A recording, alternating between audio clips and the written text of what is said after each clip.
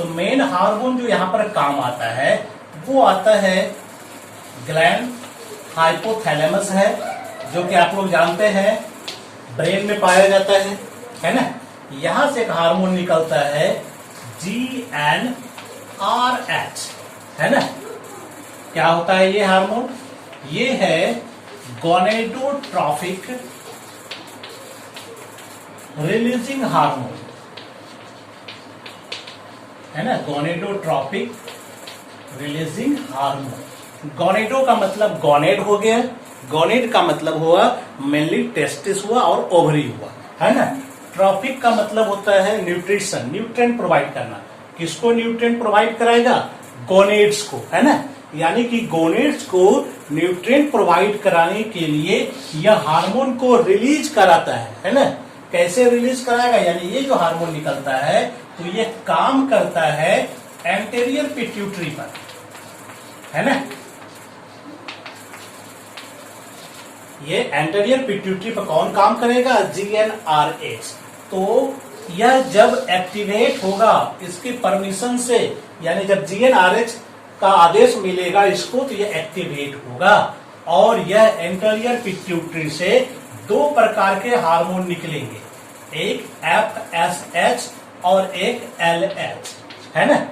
FSH का मतलब follicle stimulating hormone, LH का मतलब ल्यूटिनाइजिंग हार्मोन। पढ़ चुके पिछले वाले में भी, टेस्टिस वाले में भी पढ़े थे हम लोग। तो फॉलिकल स्टिमुलेटिंग हार्मोन और ल्यूटिनाइजिंग हार्मोन, यह दोनों जो है किस पर काम करता है? यह दोनों ओवरी पर काम करता है। किस पर वर्क करेगा? ओवरी पर काम करेगा। कहां पर काम करता है ओवरी में? तो यह जो है FSH किस पर काम करेगा? यह काम करता है ओवरी के ओवरियन फॉलिकल्स पर, है ना। किस पर काम करता है? ओवरियन फॉलिकल्स पर काम करेगा। और LH किस पर काम करेगा? तो LH काम करता है कॉर्पस ल्यूटियम पर। क्लियर है यहाँ तक? तो FSH और LH, FSH किस पर काम कर रहा है? ओवरियन फॉलिकल्स पर काम कर रहा है। और LH किस पर काम कर रहा है? तो ये कॉर्पस ल्यूटियम पर काम करता है। तो ओवरियन फॉलिकल्स क्या करता है? यह एक हार्मोन निकालता है जिसका नाम क्या है? एस्ट्रोजेन। ठीक है। ओवरियन फॉलिकल का जैसे जैसे डेवलपमेंट होता है ना, तो फॉलिकुलर सेल के द्वारा जो थीका वाला सेल बनता है सेकेंडरी फॉलिकल में, ठीक है, वहां से एक हार्मोन निकलता है एस्ट्रोजेन। और कॉर्पस ल्यूटियम से कौन सा हार्मोन निकलता है?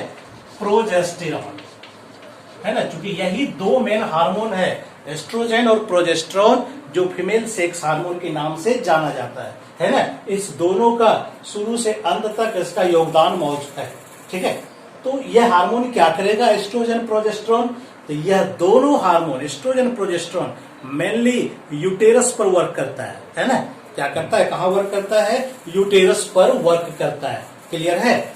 और यह ओवरी के अंदर जो फॉलिकल का डेवलपमेंट होता है, ओव्यूलेशन होता है ना, तो वह सब काम में इसका योगदान है।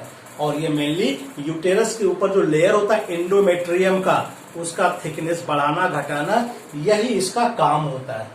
जब ये हार्मोन ज्यादा हो जाता है तो फिर ये फीडबैक में जाएगा, ठीक है, कि नेगेटिव, यानी कि जब ज्यादा मात्रा में बन जाएगा ये एस्ट्रोजन प्रोजेस्टेरॉन, तो फिर नेगेटिव फीडबैक जाएगा हाइपोथैलेमस के पास और एंटेरियर पिट्यूटरी के पास, ताकि यह अपनी एक्टिविटी को कम करेगा। तो फिर इस हार्मोन का सेक्रेशन रुक जाएगा, इसका अमाउंट घट जाएगा। जैसे ही घट जाएगा इसका अमाउंट, ठीक है, तो फिर इसका एक पॉजिटिव फीडबैक जाएगा, ठीक है, कि भाई अब जरूरत है हार्मोन्स रिलीज करने का, तो ये आदेश आएगा तो फिर ये काम करना शुरू कर देगा। इस तरह से oogenesis का प्रोसेस में हार्मोन का बहुत ही इंपॉर्टेंट रोल है ना।